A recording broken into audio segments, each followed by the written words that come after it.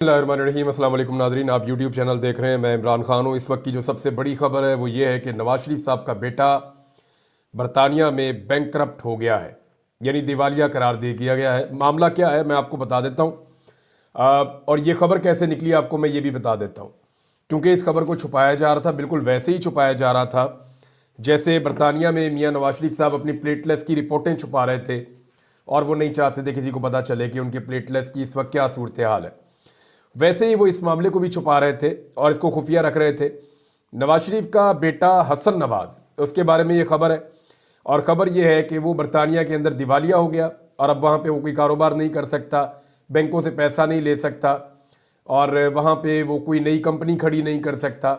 ये प्रॉब्लम क्यों हुआ, ज़रा थोड़ा सा इसकी डिटेल में चले जाते हैं। जो तफसीलात मैंने हासिल की हैं उनके मुताबिक, एक तो बरतानिया में एक गज़ट होता है, उसके अंदर वो नोटिफाई करते रहते हैं, चीज़ें अपडेट करते रहते हैं, जिससे पता चलता है कि वहाँ पे कंपनीज़ की क्या सूरत हाल है।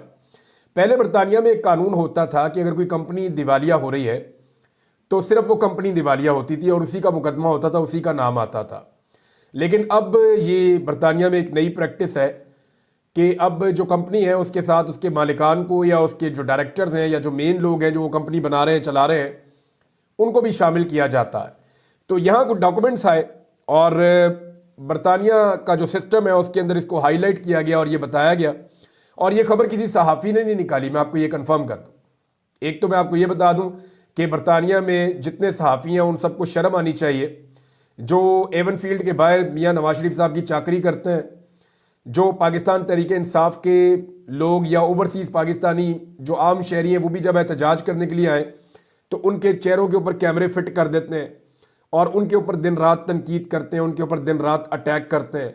मैं उन सहाफ़ियों की बात कर रहा हूँ जिन्होंने नवाज शरीफ से कभी कोई सख्त सवाल नहीं किया। मैं उन सहाफ़ियों की बात कर रहा हूँ जिन्होंने नवाज शरीफ से कभी नहीं पूछा कि आप जाली फार्म 47 पे आपने हुकूमत क्यों बनाई। किसी ने नहीं पूछा कि यास्मीन राशिद एक कैंसर ज़दा पेशेंट को जेल में आपने रखा हुआ है, 70,000 की लीड से आप हार गए थे, आपने ये सीट क्यों ली। किसी ने नहीं पूछा कि पाकिस्तान में जुल्म जबर और फस्तायत क्यों हो रही है। ये सारे सहाफ़ी वहाँ जाते हैं और ऐसा लगता है कि नवाज शरीफ की नौकरी करते हैं। इनमें से किसी ने भी इस खबर को ब्रेक नहीं किया। ये खबर एक ओवरसीज़ पाकिस्तानी ने निकाली और इसका जो क्रेडिट है मैं वैसे पूछ लूँगा, अगर वो कहेंगे कि मेरा नाम ले लो तो मैं उनका नाम ले लूँगा, लेकिन मैं ये बताता हूँ कि नवाज शरीफ साहब को शुक्रिया किसका अदा करना चाहिए इस खबर के लिए, तो वो आबिद शेर अली का शुक्रिया अदा करे जिसकी वजह से मामला यहाँ तक पहुँचा। बहरहाल ये खबर आ गई और ये एक आम पाकिस्तानी ने खबर निकाली है और खबर निकालने के बाद उसने फिर इसको जहाँ जहाँ देना था वहाँ पे दिया और अब मामला आपके सामने है। मामला ये है कि नवाज शरीफ का बेटा जी वहाँ पे कारोबार करता था और उसके कारोबार के ऊपर जो एड्रेस लिखा हुआ है, नवाज शरीफ के अपने बेटे का जो एड्रेस लिखा हुआ है वो भी हाइट पार्क एवन फील्ड का लिखा हुआ है, नवाज शरीफ के घर का। अच्छा, पाकिस्तानी मीडिया ने भी जो खबर चलाई है ना उसमें नवाज शरीफ के गलत बेटे का नाम लिया है। हुसैन नवाज कह रहे थे, एक्चुअली ये हसन नवाज है, नवाज शरीफ का दूसरा बेटा है। अच्छा, अब मामला ये हुआ कि इन्होंने टैक्स चोरी शुरू कर दी। नवाज शरीफ के बेटे ने बरतानिया में टैक्स चोरी की है, टैक्स जमा नहीं करवा रहा था। जब ये टैक्स जमा नहीं करवा रहा था तो बरतानिया के अंदर एक महकमा है, एक डिपार्टमेंट है HMRC, तो ये जो है ये टैक्स कलेक्ट करते हैं। अब इन्होंने जनाब टैक्स इकट्ठा करना होता है, इनको टैक्स इकट्ठा नहीं हो रहा था और फिर ये मामला चला गया अदालत में। जब ये अदालत में मामला गया तो वहाँ पे मियाँ नवाज शरीफ साहब के बेटे ने ये मौक़िफ़ अपनाया कि जी मेरे को तो है ही कुछ नहीं, मैं तो गरीबों का बाल हूँ। अब एक तरफ मरियम नवाज कहती है जी हम अरबोपति हैं, 60 की दहाई में हम अरबोपति थे, 70 की दहाई में हम अरबोपति थे, अब तो हम खरबोपति हैं, हमारे पास तो पैसा ही बात है। उधर जो है वो मरियम नवाज का भाई कहता है जी मेरे तो पल्ले ही कख नहीं, मेरे पास पैसे नहीं है, लिहाजा मुझे दिवालिया कर दिया जाए। वो फिर केस चलता रहा, उसकी पूरी तारीखें लिखी हुई है, सारी डिटेल मेरे पास मौजूद है सिस्टम में, और उसमें लिखा हुआ है जनाब कि ये जो है ये सिस्टम ये बता रहा है कि इस तारीख को अदालत में केस हुआ, 2023 में शुरू हुआ था, इसका 2024 में फैसला आ गया था, लेकिन तब से लेकर अब तक शरीफ खानदान ने इस मामले को दबा कर रखा हुआ था, छुपाया हुआ था। बहरहाल टैक्स चोरी से ये मामला शुरू होता है, टैक्स ना देने से, और फिर दिवालिया पे आकर ख़त्म हो जाता है। तो नवाज शरीफ के बेटे को बैंकरप्ट डिक्लेयर कर दिया गया है। अब चंद चीज़ें मैं आपके सामने रखना चाहता हूँ। एक तो ये उस शख्स का बेटा है जिसने पाकिस्तान को दिवालिया होने से बचाना है और वो अपने बेटे को दिवालिया होने से नहीं बचा सका। पहला सवाल तो ये पैदा होता है कि नवाज शरीफ जो अपने बेटे को दिवालिया होने से नहीं बचा पाया, वो पाकिस्तान को दिवालिया होने से बचाएगा? इसीलिए कहते हैं ना कि तीनों सूबों ने सरप्लस दिखाया, सिर्फ नवाज शरीफ की बेटी का जो सूबा है जहां पे उसको वजीर आला जाली फार्म 47 के ऊपर बनाया गया है, वो सूबा जो है खसारे में गया सिर्फ और सिर्फ, बाकी कोई भी नहीं गया। और इसके खसारे के हवाले से ना बाकायदा खबर छपी हुई है डॉन के अंदर। डॉन की खबर अगर आप पढ़ें तो आपको आइडिया हो जाता है कि इन्होंने कितना बड़ा खिलवाड़ किया है। पंजाब हुकूमत के 2 इकदाम पर IMF नाराज है। डॉन की खबर के मुताबिक पंजाब हुकूमत ने UAE के फंड में $700 मिलियन यानी 200 अरब रुपए की सरमायाकारी कर दी, जिस पर IMF ने तशवीश का इजहार किया था। 200 अरब लगा दिया UAE में, और बताया भी नहीं किसी को कहां लगा रहे हैं, क्यों लगा रहे हैं, अप्रूवल है कोई इसकी, कुछ सामने लेकर आए कि जनाब कैबिनेट से अप्रूवल ली थी। ये बहुत बड़ा स्कैंडल बन जाएगा अगर इन्होंने अप्रूवल नहीं ली और अगर ये गलत तरीके से किया है तो। बहरहाल IMF ने तशवीश का इजहार कर दिया। दूसरा मामला यह है कि पंजाब के इब्तदाई 160 अरब के खसारे को छुपाने के लिए बाद में जो है वो पेंशन फंड से 200 अरब रुपए निकालकर 40 अरब के सरप्लस में बदल दिया। ये भी IMF ने इस पर भी तशवीश का इजहार किया है। ये 2 चीजें जनाब डॉन अखबार के अंदर छपी हैं। और अब इस मामले पे जो है वो क्लियर हो गया कि बेटा उधर दिवालिया हो गया है, बेटी जो है वो यहां पे जिस सूबे के अंदर उसको लगाया गया वो सूबा दिवालिया कर रही है, और बाप कहता है जी हमने पाकिस्तान को दिवालिया होने से बचाना है। भाई अपने बेटे को तो दिवालिया होने से पहले आप बचा दे। अब सवाल ये पैदा होता है कि वो पैसा किधर गया जो इनके पास अरबों खरबों रुपया था, वो जायदादें कहां गई, वो पैसा कहां गया, वो सारे कारोबार कहां गए? ये तो कभी कारोबार में घाटा खाते ही नहीं है, ये कैसे दिवालिया हो गए? इसका बड़ा इंपैक्ट है। वो पूरी दुनिया के अंदर पाकिस्तान का मजाक बनेगा कि 3 दफा का वजीर आजम है, वो जिस शहर में रहता है वहां पे उसका बेटा जो है वो दिवालिया हो गया, और ये दिवालिया जो है ये पाकिस्तान का मजाक होगा, ये इनका इखलाकी दिवालियापन है। अभी आप ये देखें कि कोई भी शख्स जब दिवालिया हो रहा हो, या उसने बैंकों का कर्जा देना हो, या उसने टैक्स अदा करना हो, तो टैक्स चोरी ऐसा लगता है इनको बड़ा शौक है और इनको पुराना शौक है। अब ये पाकिस्तान में लोगों से टैक्स कैसे इकट्ठा करेंगे? इनका अपना बच्चा वहां पे टैक्स नहीं दे रहा, यानी आप बरतानिया में जहां पे आप रहते हैं, जो आपका मुल्क है, वहां पे आप टैक्स नहीं दे रहे, जहां पे आपके बच्चे शहरी है वहां पे आप टैक्स नहीं दे रहे, तो यहां आप पाकिस्तानियों को कहते हैं जनाब टैक्स जमा कराओ, खुद आप टैक्स चोरी करते हैं, यहां आप कहते हैं जनाब टैक्स जमा कराओ। अब इनका जो है ना कोई फ्रॉड है इसके पीछे, ऐसा लगता है कि ये पैसा इस मुल्क से भी इन्होंने कहीं और शिफ्ट कर दिया, और अब बरतानिया में अपने आप को बैंकरप्ट जाहिर करके यहां पे कोई कारोबार आइंदा करने का ये इरादा नहीं रखते।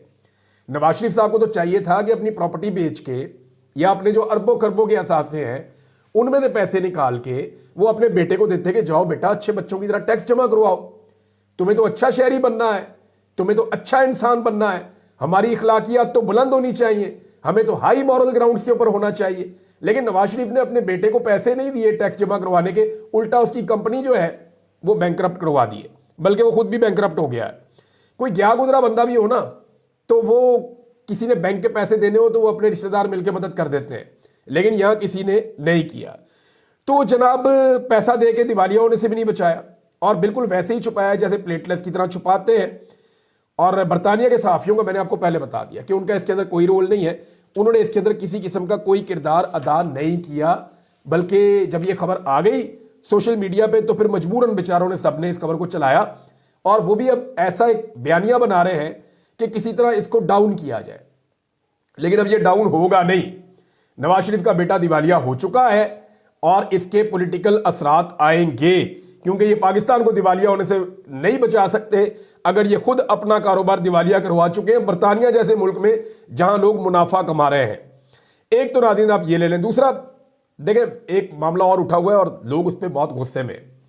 सोशल मीडिया के ऊपर सिर्फ पाकिस्तान में नहीं, दुनिया की और जगहों पे भी एक कंपेन चल रही है कि सऊदी अरब के अंदर एक कॉन्सर्ट हुआ है, और वो जो एक म्यूजिकल टाइप का प्रोग्राम है, वो फैशन शो टाइप का है, उसके जो मनाजिर सोशल मीडिया पे आ रहे हैं वो सऊदी अरब को सूट नहीं करते। यानी उसके अंदर जिस तरह के लिबास में आलमी सतह की अदाकाराएं और मॉडल्स जिस तरह वहाँ घूम रही हैं और जिस तरह का वो सब दिखाई दे रहा है, तो ऐसा लगता है कि यूरोप से भी आगे निकल गया काम सऊदी अरब में।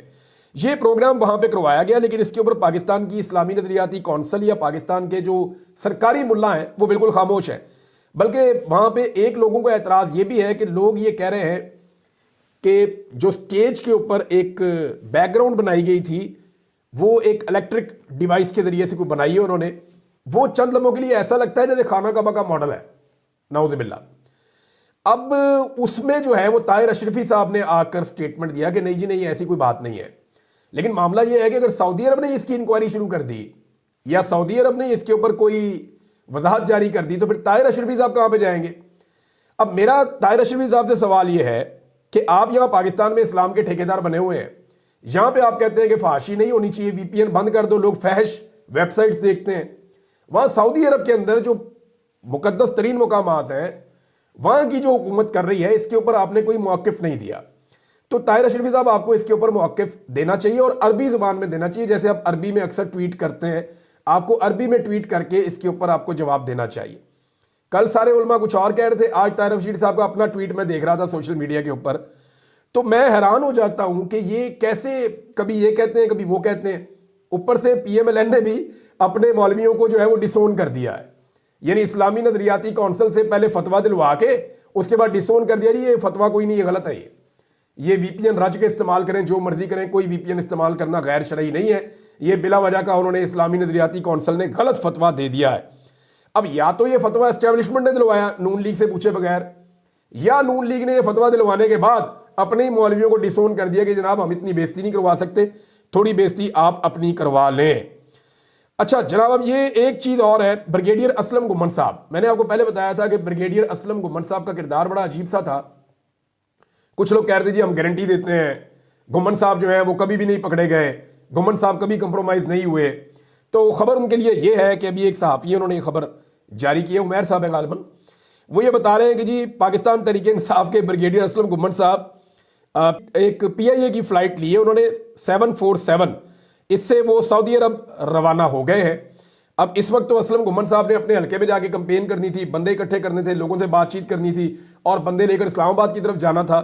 लेकिन जब पाकिस्तान तहरीक इंसाफ मुख्तलिफ शहरों में निकल के इस वक्त कंपेन चला रही है, लाहौर में बड़ी ज़बरदस्त कंपेन चल रही है, पंजाब के कई शहरों में बड़ी शानदार कंपेन चल रही है, खैबर पख्तूनख्वा में कंपेन बहुत तेज़ हो गई है, कराची की सड़कों के ऊपर नौजवान निकल निकल कर पंफलेट बांट रहे हैं, लोगों को आगाही दे रहे हैं, इमरान खान साहब का पैगाम गली गली मोहल्ले मोहल्ले पहुंचाया जा रहा है।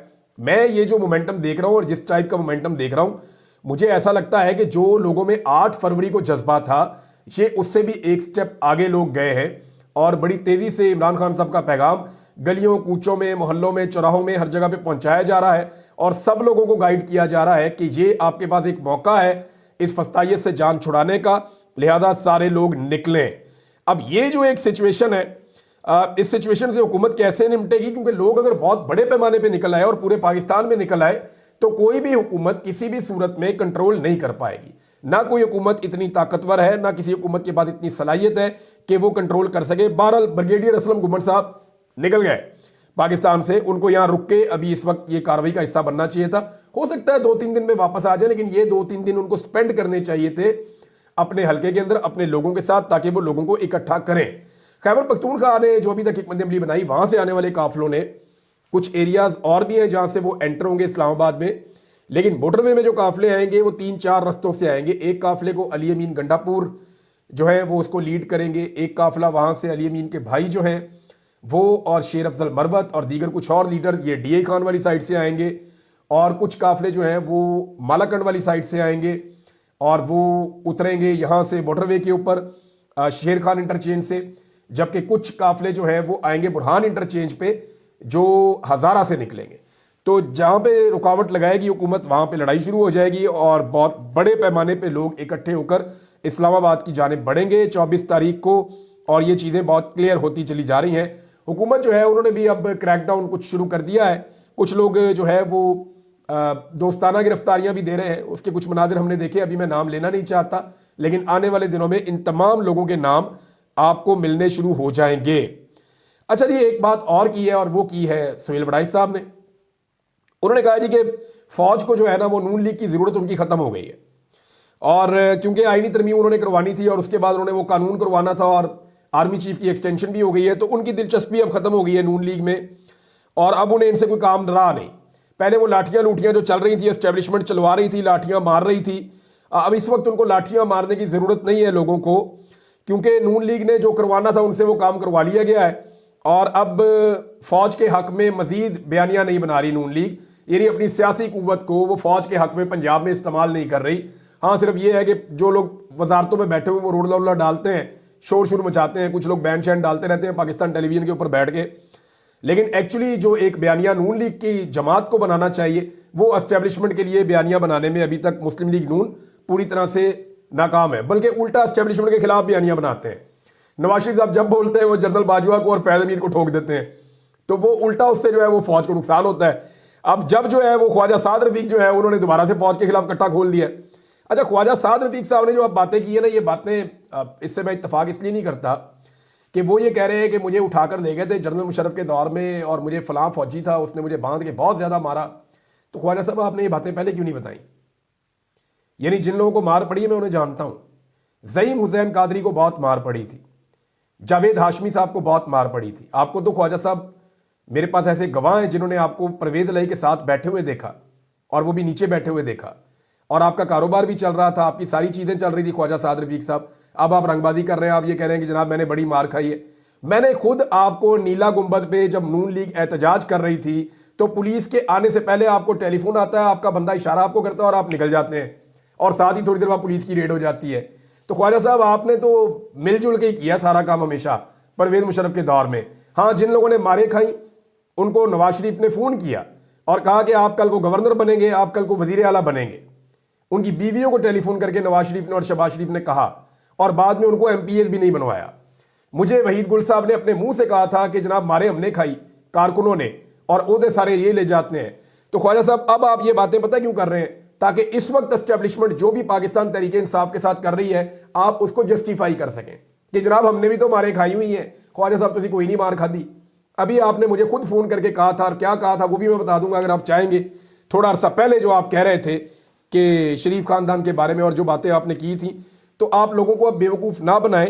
You are part of all this. या तो इस जुल्म के खिलाफ बोले, इस जबर के खिलाफ खड़े हो। आप पॉलिटिकल वर्कर हैं तो आप कहें ज्यादती हो रही है इमरान खान के साथ, आप खुलकर कहें कि पाकिस्तान तहरीक इंसाफ के कारकुनों के साथ जुल्म और जबर हो रहा है, मैं इसका हिस्सा नहीं बन सकता। या तो फिर आप ये कहें, या फिर आप ये ना करेंगे इसको जस्टिफाई करने के लिए अपनी झूठी कहानियां आप लोगों को सुनानी शुरू कर दें। तो नाज़रीन, इस वीलॉग को यहाँ पे रोक लेते हैं और कुछ और चीज़ें फिर नेक्स्ट वीलॉग में जाएंगे। अभी ये डेवलपमेंट्स चलती रहेंगी। अब तक के लिए इतना ही। अपना ख्याल रखिएगा, अपने चैनल का भी। अल्लाह हाफ़िज़।